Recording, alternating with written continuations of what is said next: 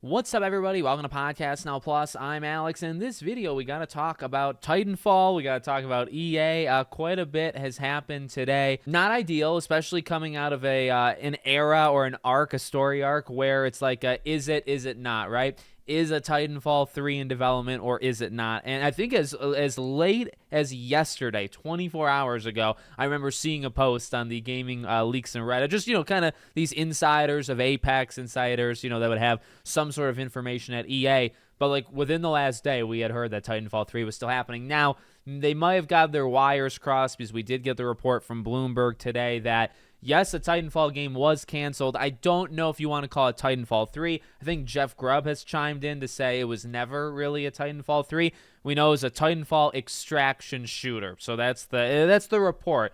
Respawn did confirm, right? A couple things. There were layoffs. The report is 300 to 400 people at EA, 100 people at Respawn specifically, right? So they got hit pretty freaking hard. They got a quarter, maybe even more than a quarter of all of the layoffs. But Respawn gets hit, and I guess the number maybe in and of itself was not confirmed, but it was, highly reported by Bloomberg. Then Respawn comes out, does talk about layoffs, and does talk about how they canceled two kind of early projects that they were working on. Again, the report is Titanfall extraction shooter for one. We really don't know what the other one is. But then also in their statement, they talk about kind of doubling down on Apex and Star Wars Jedi Blank, which is the third game. Interesting, by the way, going so heavy on those games when you can kind of say an interesting thing about both. Number one, is Apex still big? Yes, but the reports are like Apex is actually a pretty big reason why they're faltering, because this is something we talk about like even with Square Enix with like Final Fantasy, right? Online.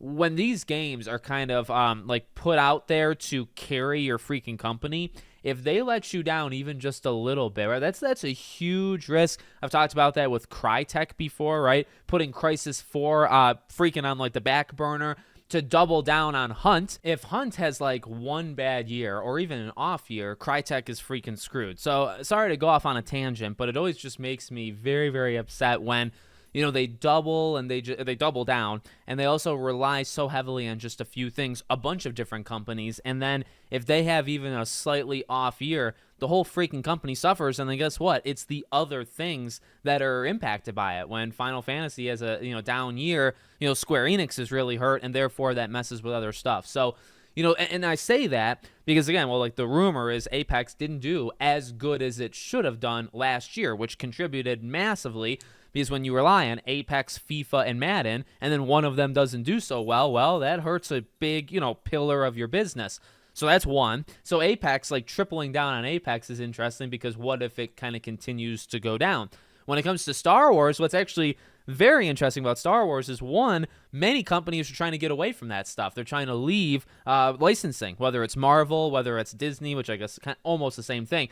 But these ideas of, having these massive contracts that you have to pay back and make even more sales on a game in order to make that money back. And then also, last we heard, now again, remember the creative director actually left and he replaced by somebody else. I don't even know if we know who is now leading that game. But last we heard, Star Wars, this is it. Like, it's 3 games and it's the final. It was always talked about for several years, including when Survivor came out. They talked about it that there's one more and that's the end of the trilogy. So to double down on a game that seemingly is, I don't think it's ever going to go away, but it's not doing as well, and it's continuing to not do as well. And then a game that's it. Like, once that game is over, it's over. Feels very weird. But, again, that's the news, is that Titanfall. Now, look, would I have wanted a Titanfall extraction shooter? I'll be honest, the answer is no. I wanted a Titanfall 3. I don't know, and people have said it, I'm not like the first one to say it, why these companies are so like allergic to money, or they just don't. They literally know how to make it, and then they choose the exact opposite thing, and they say, well, we know what would do well, but we kind of want to go over here.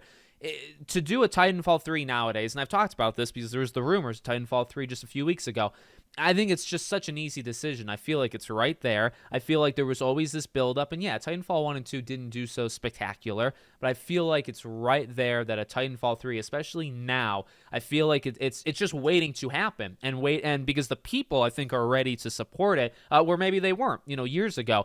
Were people ready to support a Titanfall extraction game? No, I don't. And hey, maybe granted they knew that too, but for some reason it was in the works, right? So you could say, okay, well, they read the room, they knew that it wasn't going to work. Well, okay, then why were you making it in the first place? Now, final thing, these people are saying this, like, did Marathon do this? And that might be, I don't know if it's a meme, I don't know if it's just a silly joke that's going on.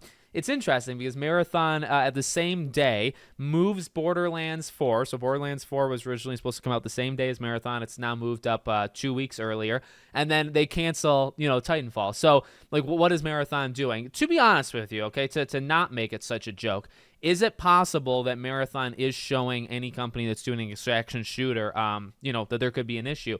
I actually legitimately think that's possible, because when you have Bungie and you have a big studio, big game, and you're seeing the struggle, it's in a beta testing type phase, but you can see that they're, I believe, very much struggling to gather hype and then keep that hype.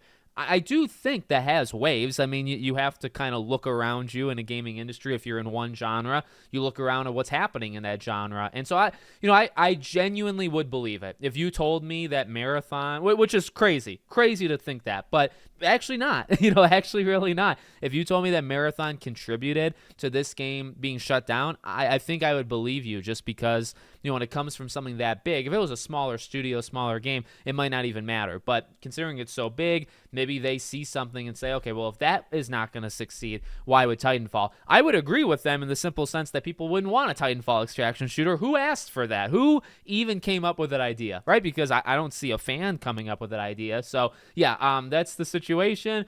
I guess, it sucks because you lose Titanfall, but then you also lose Titanfall that we didn't really ever ask for. So, I don't know. Hopefully one day we can still get a Titanfall 3. Let me know what you think in the comments. Make sure, as always, you're subscribed to the channel, bell icon turned on, and I hope to see you all on the next one.